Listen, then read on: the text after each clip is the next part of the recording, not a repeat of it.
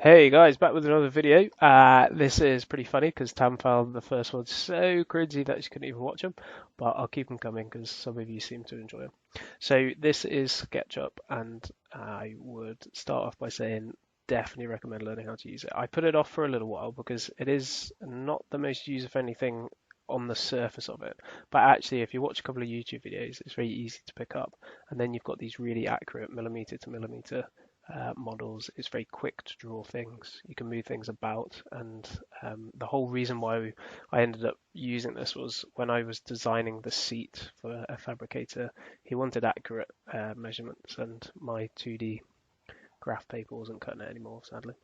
So what I'll do is just quickly go through the layout of the van where you can actually see what I was blabbing on about in the last video, and then we'll focus a little bit more on the seat, and then I'll talk about some of the things that I've been doing in the meantime whilst waiting for Gwen to come back. Right, this is the van. This is clearly the cutout of how you get into the van. On the left hand side when you walk in, the cab will be open and there'll be a double swivel seat as we talked about. So this is the kitchen unit. There's going to be a big kitchen surface on the top here. Underneath this drawer is where an 85-litre fridge will fit. To the right of it is the Thetford oven, which fits nicely into there. And then here we'll have a nice sink and then a draining board off to the right hand side. Big drawer for access to the drainage part of the sink and other storage and whatnot. And then here, storage becomes a little bit inhibited by the seat, but it's a van, so we can't waste anything. So inside, this box here is the exact dimensions of the Truma combi heater, so we can fit our water heater and hot air heater in the van just here. And then to the right of it, I'm going to build a gas locker and put a refillable 11 kilogram gas bottle in here, and that will plumb straight to the water heater and then to the oven, which is pretty sweet, but is not as simple as that as is anything in life. There's lots of regulations about gas, and obviously it can be dangerous if not done properly. So it has to be sealed in a gas locker. So if there is any leakage, it doesn't get out into the living space.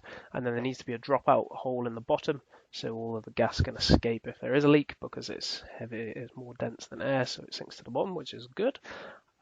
But this is a wheel arch just to the right here, and if I drill a hole right next to the wheel arch, water could flick up, so I need to have a think about that. I also need to run the filler pipe away from this bit because there's an intake for the gas, for the water heater, so I can't imagine sucking in LPG fumes is a good idea for that either. So yeah, still lots to think about that, but we'll keep you posted.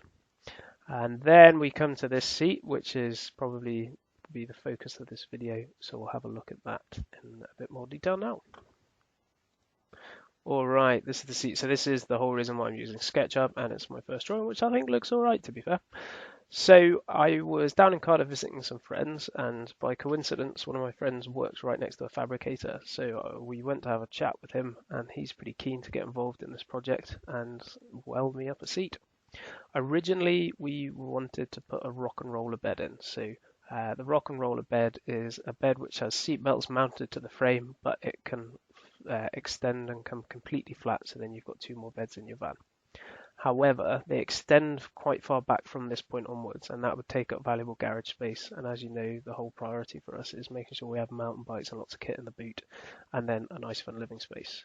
However, we do want to take our friends away with us and share, but clearly not generous enough because they're going to be sleeping in a tent when they come away with us.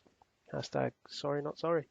But yeah, it'll be pretty muggy with 4 people in a van anyway. So yeah, this is all you got, I'm afraid. So the seat will be made out of 25 by 25 millimeter tubing, probably about 2 mil thick.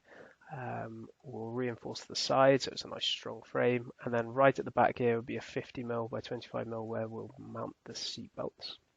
It's been a bit of a pain to design because things like the angle of the backrest are important for comfort, and also this distance here in terms of getting your feet on the floor.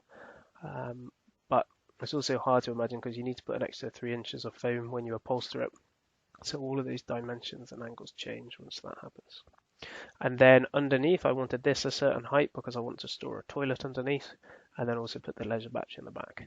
So I will confirm all of these dimensions once I've got Gwen back from the shop, and then we'll get that fabricated and I'll keep you guys posted. So how the seat's going to fit into the van, as you guys know, we've got an extendable bed. It will extend all the way out to this line here. So then we've got a full length 2-meter bed, and then it will push back here during the daytime, and then it actually slides all the way back to this point. And the cool thing about that is then we can have storage crates underneath to access more things like clothes or socks or whatever, I don't know. And then I also want to try and weld the bar onto the back of the frame, because then we can hang clothes. So in all likelihood it's going to be wetsuits and wet coats, but say we needed to go somewhere nice, you could maybe sling a suit on there or something like that. And then in the rest of the garage, on the left hand side, on the left hand side here, this is a 100-litre water tank, and I've decided to mount it inside the van because you don't want it freezing on the bottom of the van when you're in wintry places. This is an example of a bike tray, so the tray will slide all the way out and our bikes will be stored on that, so we can take them off and put them in nice and easily. And then if we go a little bit further, so the plan for the space just to the left here is where we'll mount all of our electrical stuff. So that's things like the solar charge panel, which will come in from the roof down to here. We'll have our 12-volt fuse box, we'll have our inverter, and all of the other things, but that's for another video.